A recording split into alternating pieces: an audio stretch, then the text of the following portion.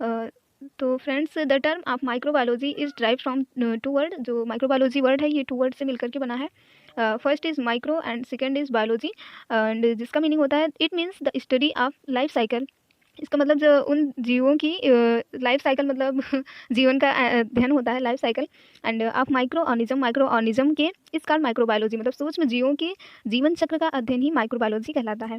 And those living organism which size is less than 1 micron, and वो सूक्ष्म जीव जिनका साइज लेस देन 1 माइक्रॉन होता है, 1 माइक्रॉन से कम होता है। Unable to seen with naked eye, और उनको हम अपनी नग्न आँखों से नहीं देख सकते। इन्हीं को माइक्रो ऑर्गेनिज्म कहते हैं। And they are very small organism like bacteria, virus, protozoa etc। और ये माइक्रो ऑर्गेनिज्म क्या हो सकते हैं? वायरस, इनका भी जो है साइज फ्रेंड्स 1 माइक्रॉन से लेस देन होता है। प्रोटोजोआ, इनका भी साइज लेस देन 1 माइक्रॉन होता है, और ऐसे ही और बैक्टीरिया भी इसी कैटेगरी में आता है। और नेक्स्ट क्या है कि द माइक्रो ऑर्गेनिज्म में बी यूनिसेलुलर और मल्टीसेलुलर। फ्रेंड्स, आपने पढ़ा होगा कि यूनिसेलुलर मल्टीसेलुलर जिनमें एक कोशिकीय या बहुकोशिकीय, इन्हीं को कहते हैं, एक कोशिकीय या बहुकोशिकीय होते हैं। And micro organism found in different shape, और ये माइक्रो ऑर्गेनिज्म सूक्ष्म जीव अलग अलग आकार के होते हैं, जैसे spherical, cylindrical and rod shape. Spherical मतलब गोल शेप में, सिलेंड्रिकल मतलब ऐसे इस शेप में, स्पेरिकल ये शेप हो गया, एंड रॉड शेप ये एकदम ऐसे रॉड की तरह होता है, ठीक है। इस शेप में ये पाए जाते हैं micro organism. And these micro organism can be seen only with microscope. अब यहाँ पे बात आती है फ्रेंड्स कि ऐसे माइक्रो ऑर्गेनिज्म वो होते हैं जिनको अपनी आंखों से देख नहीं सकते, तो इनको हम जानते कैसे हैं और देखते कैसे हैं? उनकी स्टडी करना ही माइक्रोबायोलॉजी कहलाता है। तो यहाँ पे जो भी स्टडी होगी वो अंडर द माइक्रोस्कोप की ही हेल्प से होगी, ठीक है। तो ये हो गया हमारा शॉर्ट सा इंट्रोडक्शन। एंड नेक्स्ट हम देख लेते हैं कि this micro organism are responsible for different disease in human body. मनुष्य के शरीर में विभिन्न तरह की रोगों को उत्पन्न करने में इनका उत्तरदायित्व होता है, ठीक है। ये होते हैं माइक्रो ऑर्गेनिज्म। अब देख लेते हैं हिस्ट्री ऑफ माइक्रोबायोलॉजी की हिस्ट्री क्या है, कैसे है हमने जाना माइक्रो ऑर्गेनिज्म के बारे में।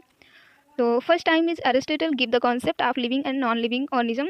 सबसे पहले एरिस्टोटल एक साइंटिस्ट थे जिन्होंने माइक्रो ऑर्गेनिज्म का कॉन्सेप्ट दिया, तथ्य दिया, लिविंग और नॉन लिविंग मतलब जीवित और अजीवित सूक्ष्म जीवों के बारे में इन्होंने कॉन्सेप्ट या अपना तथ्य दिया। And in 13th century Robert Vegan gave the term disease. 13वीं शताब्दी में रॉबर्ट वियन नामक साइंटिस्ट थे जिन्होंने disease and its causes by micro organism. Robert Vegan के अकॉर्डिंग फ्रेंड्स, जो भी आदमियों में डिसीज होती है उनके उत्तरदायित्व में माइक्रो ऑर्गेनिज्म ही होते हैं, सूक्ष्म जीवों की वजह से ही होती है। इन्होंने ऐसा कहा 13वीं शताब्दी में। फिर फ्रेंड्स नेक्स्ट आए हमारे साइंटिस्ट फ्रैक्टोरियस ने 1546 मतलब 1546 में गिव द कॉन्सेप्ट दिया टू कम्युनिकेबल डिसीज।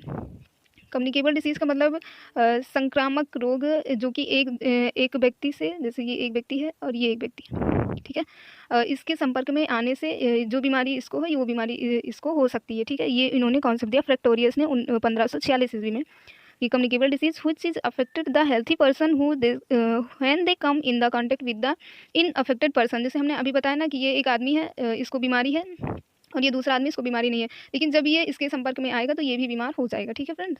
इन्होंने ऐसा बताया, फ्रैक्टोरियस ने ये बताया। अब नेक्स्ट देखते हैं, in first concept of living micro organism was given by the Antonie van Leeuwenhoek in 1675, so he is known as founder of microbiology. Friends ये आप याद रखिएगा, ये एग्जाम में जरूर पूछा जाता है कि फाउंडर ऑफ माइक्रोबायोलॉजी किन्हें कहते हैं, तो आपको याद रखना है एंटोनी वॉन लीवेनहॉक को फादर ऑफ माइक्रोबायोलॉजी कहते हैं। क्यों कहते हैं? The concept of living micro organism मतलब जीवित सूक्ष्म जीवों का कि तथ्य को given by the Antonie van Leeuwenhoek ने बताया कि ये सूक्ष्म जीव जीवित भी होते हैं, इसलिए इनको फाउंडर ऑफ माइक्रोबायोलॉजी कहा जाता है, ठीक है। लेकिन फादर ऑफ माइक्रोबायोलॉजी नहीं कहा जाता फ्रेंड, इसको आप ध्यान में रखिएगा। ये दोनों कॉन्सेप्ट आपको जो है बाद में प्रॉब्लम कर सकते हैं, इनको ये कॉन्सेप्ट आप क्लियर रखिएगा कि founder of microbiology Antonie van Leeuwenhoek और फादर ऑफ माइक्रोबायोलॉजी अभी हम नेक्स्ट देखते हैं, ठीक है। He gave the term animalcules for protozoa and bacteria. Animalcules का टर्म दिया है बैक्टीरिया और प्रोटोजोआ के लिए। एंड नेक्स्ट देखते हैं फिर कौन आया भैया, इन 1729 में स्प्लेंजिनी, ये एक साइंटिस्ट थे, इन्होंने क्या बताया, prepare the first culture media. इन्होंने पहली कल्चर मीडिया को बनाया in which bacteria and virus can be grow. एक ऐसा कल्चर मीडिया तैयार किया या ऐसा न्यूट्रिएंट तैयार किया जिसमें हम आसानी से बैक्टीरिया और वायरस को ग्रो कर सकते हैं, ठीक है। नेक्स्ट देखते हैं साइंटिस्ट जॉन टिंडल आए and then the micro organism are kill at the high temperature in his called the Tyndall effect. Tyndall ने क्या बताया कि जब भी हम माइक्रो ऑर्गेनिज्म को किल करने के लिए कोई भी तरह से मतलब उपयोग करते हैं तो हमें क्या करना पड़ता है, हाई टेम्परेचर पास करना पड़ता है, जिससे बैक्टीरिया और वायरस किल हो जाते हैं। जैसे ये हमने मान लिया ये ब्रेड है, ठीक है, ये ब्रेड है नहीं लेकिन मान लो, और इसमें बैक्टीरिया वायरस प्रेजेंट है, हमको पता है, और इसको अगर बैक्टीरिया वायरस से फ्री करना है तो हमें क्या करना पड़ता है, वेरी इजी वे है, इसको हीट कर देंगे, ठीक है, और हीट करने के बाद में बैक्टीरिया वायरस इसमें क्या हो जाता है, रिमूव हो जाते हैं, वो बाहर निकल जाते हैं। ये हो गया हमारा, ये कॉन्सेप्ट किसने दिया, स्प्लेंजनी, वो टिंडल ने बताया, इसी को टिंडल इफेक्ट कहते हैं। और नेक्स्ट देखते हैं the term of microbiology was given by Louis Pasteur. Louis Pasteur के द्वारा माइक्रोबायोलॉजी दिया गया term. Father of microbiology Louis Pasteur, founder of microbiology Antonie van Leeuwenhoek, ठीक है, इसको आपको याद करना है। And he is also known as father of microbiology, ये फादर ऑफ माइक्रोबायोलॉजी जाने जाते हैं, ठीक है। नेक्स्ट आते हैं, अभी भाई लुइस पास्चर ही चल रहे हैं। Louis Pasteur gave the term aerobic and anaerobic bacteria, aerobic और एनारोबिक बैक्टीरिया के बारे में इन्होंने कॉन्सेप्ट दिया या टर्म दिया। एंड फिर देखते हैं भैया Louis Pasteur explain that when milk is heated at 62.8 degree Celsius for 13 minute then all microbes are kill and milk become pure, this process is known as pasteurization. ये 2 number में question पूछ सकता है friends exam में कि pasteurisation का term किसने दिया, तो आपको क्या बोलना है, लुइस पास्चर, ठीक है, पास्चराइजेशन जो है लुइस पास्चर ने दिया, और father of microbiology Louis Pasteur, ठीक है, ये आपको याद करना है। और इन्होंने क्या बताया कि जब भी कोई मिल्क होता है, ये मिल्क नहीं है, जब भी हम मिल्क को 62.8 डिग्री सेल्सियस पर हीट करते हैं तो इसमें के जितने भी माइक्रोब्स हैं वो बाहर चले जाते हैं, इसी को पास्चराइजेशन कहते हैं, और जो हमारा मिल्क है वो प्योर हो जाता है, ठीक है। अब नेक्स्ट आते हैं लॉर्ड जॉसपेन लिस्टर। लॉर्ड जॉसपेन लिस्टर ने क्या बताया, gave the concept use of antiseptic before surgery, surgery के पहले एंटीसेप्टिक का यूज़ किया जाता है, इसको किसने बताया, लॉर्ड जॉसपेन लिस्टर। अब क्यों किया जाता है फ्रेंड्स, आपको इसी सब्जेक्ट में ही पढ़ना है, ठीक है।